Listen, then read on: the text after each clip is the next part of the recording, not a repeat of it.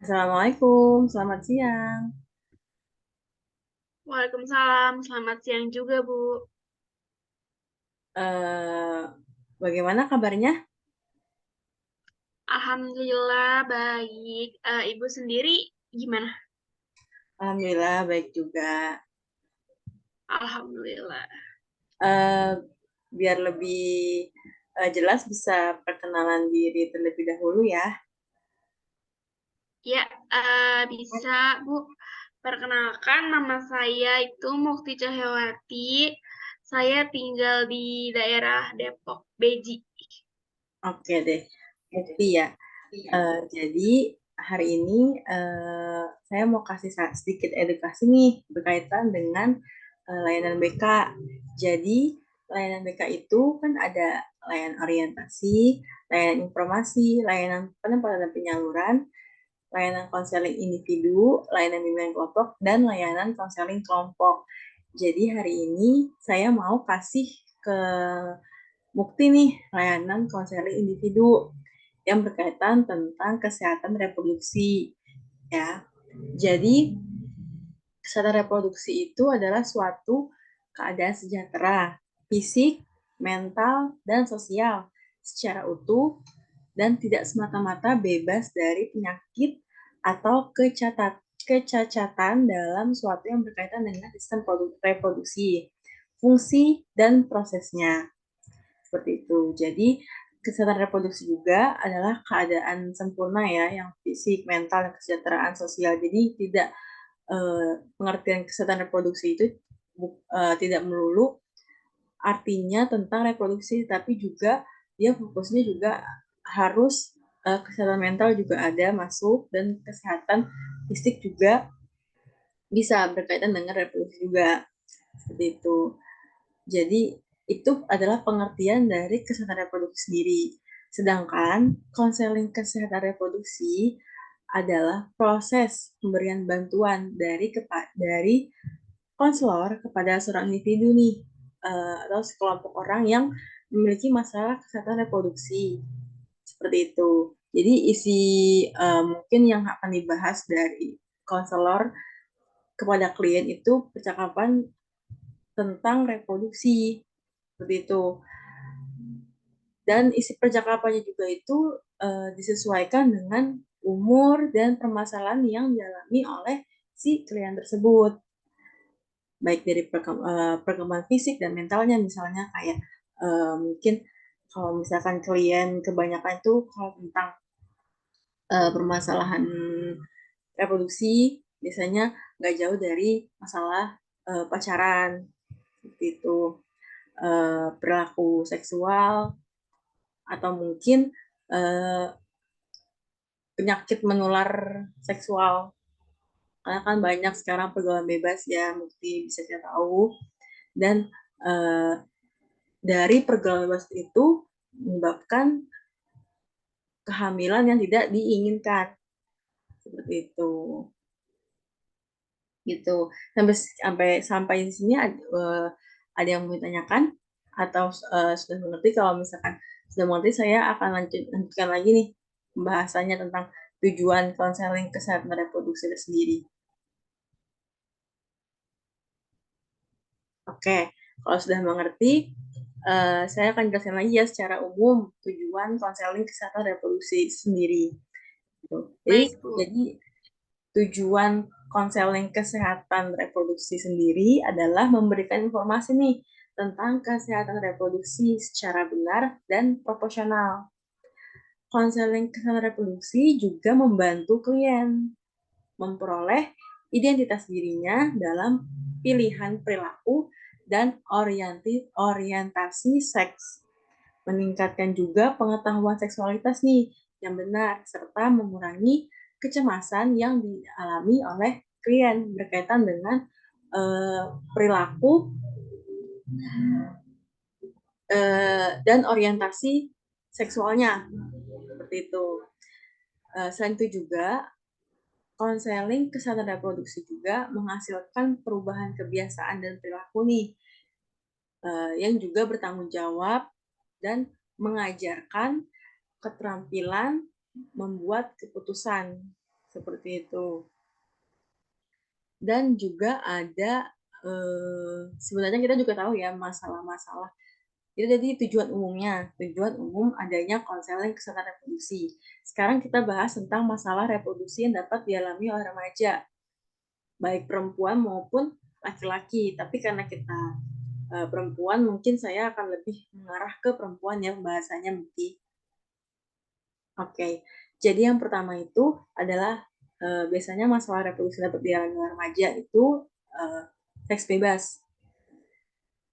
Kalian kamu tahu kan, sekarang kan banyak tuh pergaulan bebas, jadinya mengarah ke seks bebas seperti itu Banyak, Bu. kan.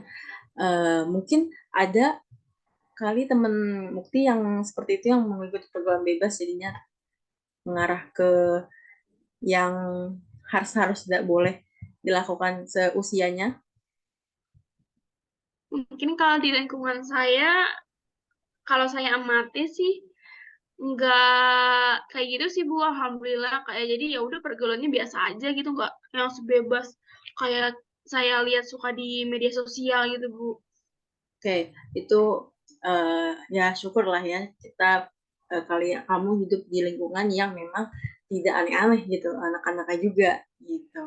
Jadi yang pertama itu tadi yang pertama kita bahas itu adalah seks bebas ya. Biasanya seks bebas kebanyakan itu dapat mengakibatkan kehamilan, ya kan? Dari pergaulan bebas mengikuti terjerumus ke pergaulan bebas, mereka jadi eh, terjerumus juga ke hal-hal yang harus tidak boleh dilakukan pada saat seusianya, seperti seks bebas, seks dengan lain-lain orang, itu juga bisa mengakibatkan kehamilan gitu di usia remaja.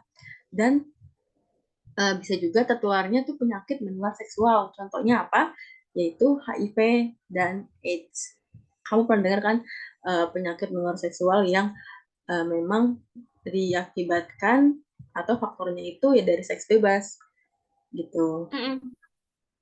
Oke, yang kedua itu ada pendarahan di luar haid karena kita perempuan ya. Karena ini biasanya lebih ke kelainan organik gitu dan kelainan hormonal gitu. Jadi biasanya ya mungkin itu ada beberapa faktor ya, tapi lebih ke biasanya hormon kita biasanya yang tidak stabil menyebabkan uh, gangguan dari masalah reproduksi kita seperti itu. Dan yang ketiga itu biasanya kalau perempuan biasanya ya haidnya tidak lancar. Kenapa? Hal ini disebabkan oleh ketidakseimbangan hormon.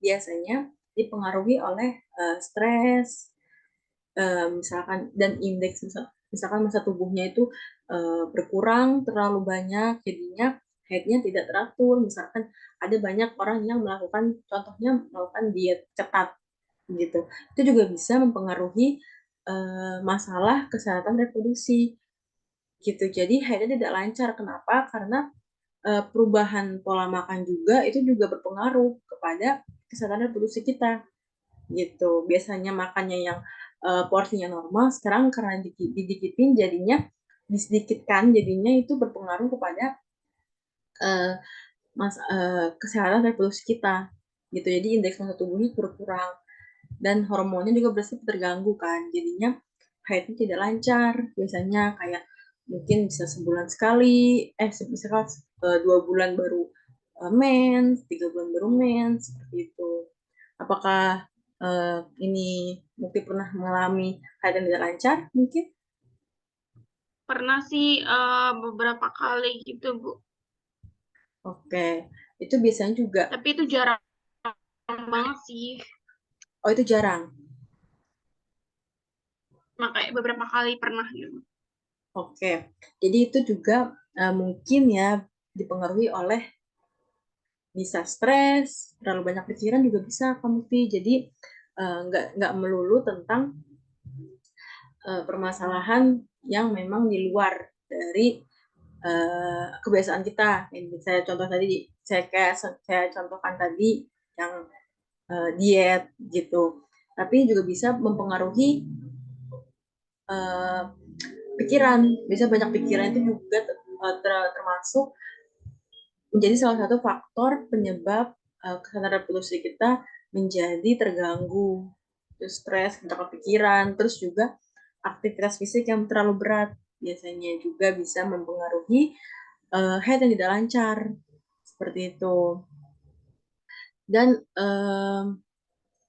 aktivitas yang saya bilang tadi yang tinggi juga itu juga dapat mempengaruhi peningkatan apa ya. Jadi kita tuh lebih banyak menggunakan banyak tenaga kita yang seharusnya kita misalkan aktivitas yang biasa aja, tapi tiba-tiba aktivitasnya itu melakukan kegiatan yang terlalu berat misalkan, jadinya akhirnya juga tidak lancar seperti itu. Mungkin sampai sini ada yang mau ditanyakan terkait masalah kesadaran reproduksi nih, karena kita lagi bahas tentang kesadaran reproduksi. Mungkin Mukti mau ada yang ditanyakan tentang masalah reproduksi. Ini sih saya pengen nanya, sekarang kan lagi banyak banget ya Bu pergaulan bebas, terus dari pergaulan bebas itu jadi menjurus yang seperti Ibu katakan tadi tuh ke seks bebas kan. Nah, itu tuh sebenarnya si seks bebas itu faktornya tuh dari apa sih? Sama gimana cara kita tuh jaga kesehatan reproduksi kita. Itu aja Oke, sih yang pengen aku berarti tanyain. berarti pertanyaannya dua ya, tingkat pendidikan, maksudnya masalah faktor-faktor penyebab seks bebas, dan yang Hmm, yang kedua tadi masalah tentang kesehatan, bagaimana caranya menjaga kesehatan reproduksi. Seperti itu. iya, Oke. iya. Saya jelaskan yang pertama ya, itu masalah tentang faktor penyebab pergaulan bebas, ya. Oke, jadi menjurusnya ke seks bebas sama aja, jadi karena faktornya itu pergaulan bebas, jadi uh, nyambungnya ke seks bebas, karena kan biasanya yang kita tahu ya, pergaulan bebas itu yang nggak jauh dari uh, lingkup-lingkup atau lingkup pertemanan yang kurang baik seperti itu. Faktor pertamanya itu biasanya tingkat pendidikan di keluarga itu biasanya minim gitu. Karena kan lingkungan keluarga ini biasanya salah satu faktor kunci yang sangat mempengaruhi tindakan dan perilaku remaja ya di masyarakat. Jadi minimnya tingkat pendidikan di keluarga itu membuat remaja mudah terpengaruh oleh pergaulan bebas seperti itu. Dan itu juga karena biasanya kurang edukasi di keluarga, itu bisa terjadi anak anaknya atau ya anaknya itu ikut jadinya terjerumus ke pergaulan bebas gitu, ada kurang edukasi gitu. Yang kedua bisa jadi karena broken home. Ya, kita kan tahu nih, biasanya kan ada, karena kalau misalkan dari broken home itu, ini faktornya tuh satunya itu karena mereka kurangnya kasih sayang di keluarga. Jadinya mereka mencari kasih sayang di luar keluarga gitu. Misalkan dari teman, sahabat, ataupun pacar gitu. Jadi broken home itu bisa jadi salah satu faktor nih yang menyebabkan remaja terkontaminasi dengan pergaulan bebas gitu. Biasanya kan emang permasalahan-permasalahan yang pergaulan bebas itu sepertinya biasanya emang anaknya mungkin broken home, terus mungkin kurang edukasi, pendidikan reproduksi atau seksual di dalam keluarganya seperti itu. Dan biasanya yang satunya itu faktornya yang paling banyak itu kondisi lingkungan biasanya. Kita kan tahu nih ya, kan katanya kamu tuh tadi kan kondisi lingkungan kamu itu ya nggak, ya biasa-biasa aja, nggak yang terlalu bebas atau kayak gimana, biasa-biasa aja di Mm-mm. di di lingkungannya itu. Ini juga salah satu faktor kenapa bisa remaja itu terkontaminasi oleh pergaulan bebas. Biasanya itu juga dari kondisi lingkungan nih Kak. Jadi kondisi lingkungannya akan mempengaruhi karakter dan perilaku seseorang gitu. Jadi harusnya memang kita harus menjaga diri sendiri dari berbagai macam lingkungan yang ada. Misalnya kita emang tinggal di tempat yang baru, kita juga harus belajar nih lingkungannya. Lingkungan ini baik baik baik gak ya untuk saya atau buruk nggak? Kalau misalkan buruk, ya udah tinggalkan. Kalau baik kita bisa adaptasi gitu. Jadi kita harus pintar-pintar juga memilah kondisi lingkungan yang memang bisa kita adaptasi seperti itu. Dan mungkin dari saya faktor terakhirnya itu biasanya banyak remaja yang menyalahgunakan internet ya mungkin ya. Karena kan peredaran arus informasi nih di internet itu sangatlah banyak gitu. Jadi kita bisa mengakses apapun di internet gitu. Dan itu juga tidak menutup kemungkinan nih Kak. Jadi tidak menutup kemungkinan bahwa remaja bisa mengakses situs-situs atau web yang seharusnya tidak boleh diakses gitu. Jadi um, uh, remaja juga biasanya terkontaminasi dengan program bebas itu ya karena bisa mereka searching-searching yang memang seharusnya tidak boleh searching di seusianya seperti itu gitu. Kalau dari sampai sini ada yang mau ditanyakan terus sudah mengerti dari penjelasan faktor dari pergaulan bebas. Lumayan paham sih Bu, penjelasan Ibu. Oke, kalau misalkan itu jadi pertanyaan kedua, cara menjaga kesehatan reproduksi perempuan ya. Iya, betul. Oke, jadi cara menjaga gitu kan kesehatan reproduksi perempuan karena lebih kita bahasnya ke perempuan aja ya karena kita sama-sama perempuan ya, jadi kita bahas ke perempuan aja.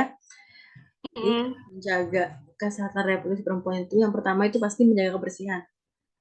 Itu menjaga kebersihan alat reproduksi kita nih.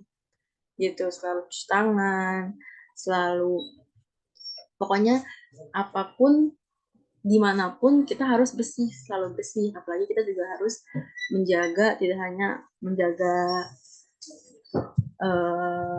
badan juga ya tubuh, tapi kita juga harus menjaga kebersihan alat reproduksi kita seperti itu. Itu juga salah satu yang harus supaya kesehatan reproduksi tetap terjaga. Itu juga salah satu tipsnya gitu, menjaga kebersihan. Yang kedua itu biasanya faktor dari makanan ya. Makanan yang sehat, kita mengonsumsi makanan sehat, bergizi, seimbang juga bisa membantu menjaga kesehatan organ reproduksi kita gitu. Karena kan biasanya wanita itu biasanya disarankan nih gitu kan untuk konsumsi makanan yang banyak mengandung protein, lemak gitu kan, lemak sehat gitu kan, serat, vitamin dan mineral. Biasanya kita kan juga harus banyak-banyak minum air putih ya supaya lancar, headnya juga pun lancar dan juga kita juga terhindar dari dehidrasi gitu. Jadi faktor makanan yang kita makan itu juga menjadi faktor bagaimana kita menjaga kesehatan reproduksi kita gitu. Dan selanjutnya itu pokoknya tipsnya itu selanjutnya itu hindari merokok gitu kan. Karena kita tahu kan kebiasaan merokok itu kan sebenarnya nggak bagus ya, karena kan zat-zat yang ada pada rokok itu bisa mengurangi kesehatan, menurunkan kesehatan kita juga gitu, tidak baik juga untuk paru-paru dan itu juga bisa mengganggu kesehatan reproduksi kita gitu. Jadi Mukti bisa tolong bisa nggak usah yang nggak usah merokok gitu karena kan nanti juga berpengaruh kepada kedepannya gitu karena kita kan perempuan melahirkan gitu kan menjaga-jaga sebelum terjadi sesuatu hal yang tidak diinginkan, sebaiknya hindari merokok gitu.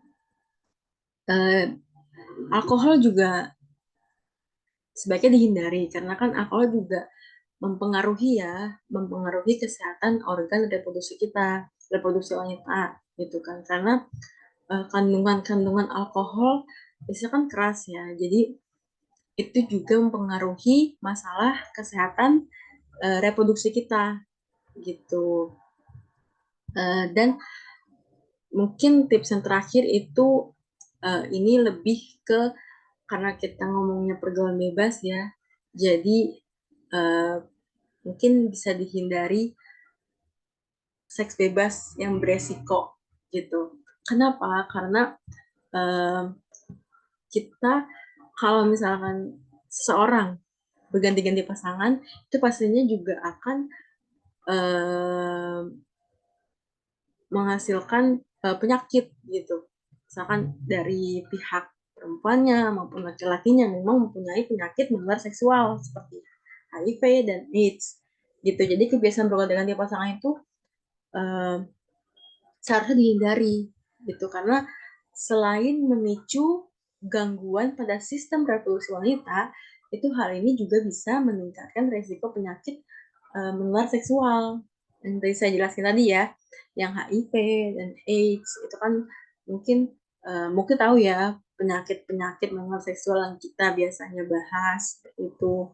Dan itu juga kan pastinya mengganggu kesehatan reproduksi kita seperti itu. Dan mungkin yang terakhir itu bisa tips dari saya itu ya cukup istirahat dan bisa mengelola stres kita. Jadi saya bilang tadi kan uh, uh, mens itu kan head and literatur itu biasanya juga berpengaruh penyebabnya itu kita stres, banyak pikiran gitu dan mengganggu kestabilan hormon gitu. Jadi istirahat yang cukup dan bisa mengelola stres itu juga uh, salah satu tips untuk menjaga kesehatan reproduksi kita gitu. Jadi biar mungkin ini nanti kita bahas tadi ya head mensnya bisa lancar seperti itu, tidak ada gangguan dari reproduksi kita seperti itu. Karena istirahat itu sangat-sangat perlu gitu bagi manusia. Apalagi kita juga nggak bisa terlalu banyak pikiran, terlalu banyak stres karena juga selain mengganggu kesehatan reproduksi kita, kita juga bisa mengganggu kesehatan tubuh kita gitu, bisa sakit karena banyak pikiran itu, jadi mengarah bisa juga ke mentalnya juga terganggu, psikisnya juga terganggu seperti itu. Bagaimana? Mungkin sudah paham sampai di sini penjelasan dari awal yang saya yang mau ditanyakan tadi perihal uh, faktor pergaulan bebas ya, faktor penyebab pergaulan bebas dan yang kedua tadi gimana cara menjaga kesehatan reproduksi gitu. Bagaimana sudah paham sampai sini? Sejauh ini paham, Bu. Oke, udah paham ya. Ada yang mau ditanyakan lagi Kak Mukti? Eh, Kalau sejauh ini sih nggak ada sih, Bu. Udah cukup tadi. Yang dua tadi yang pengen saya tanyain. Oke, tidak ada yang mau tanyakan lagi ya. Berarti sudah jelas nih, sudah paham mengenai kesehatan reproduksi, pentingnya konseling kesehatan reproduksi, dan pentingnya juga menjaga kesehatan reproduksi. Seperti itu karena kita tahu ya reproduksi itu juga kan uh, sangat penting juga dijaga gitu, tidak hanya menjaga di luar tubuh tapi juga harus dalam tubuh juga harus dijaga seperti itu. Mungkin kalau misalkan tidak ada yang ditanyakan lagi, sampai di sini dulu mungkin pertemuan untuk hari ini ya. Terima kasih Kak Mukti sudah bersedia nih untuk diberikan layanan dari BK gitu berkaitan dengan kesehatan reproduksi. Terima kasih banyak sudah bersedia untuk mendapatkan sedikit informasi mengenai edukasi Seperti itu. Terima kasih Iya, banyak. sama-sama, Bu. Saya juga makasih banget. Saya senang dapat edukasi tentang kesehatan reproduksi ini. Oke, baik. Mungkin kita bisa akhiri ya pertemuan kita pada siang hari ini. Terima kasih banyak juga saya ucapkan kepada Mukti yang sudah hadir, yang sudah menyempatkan hadir untuk menerima sedikit informasi dari kesehatan reproduksi yang seharusnya memang dijaga, tidak hanya psikis, mental, tapi juga reproduksi juga harus dijaga. Seperti itu. Terima kasih banyak Ya, ya, Bu. Vi. Sama-sama, Bu. Maaf ya kalau misalkan mungkin Ya, penjelasan dari saya kurang kurang jelas atau berlibat-libat gitu kan. Oke, mungkin nggak apa-apa, Bu. oke. Kalau sudah ada yang tanyakan, saya akhiri ya. Mohon maaf juga kalau misalkan saya bilang tadi ada yang kurang-kurang dari perkataan saya kurang jelas gitu. Oke, assalamualaikum warahmatullahi wabarakatuh. Terima kasih. Waalaikumsalam warahmatullahi wabarakatuh. Makasih juga, Bu.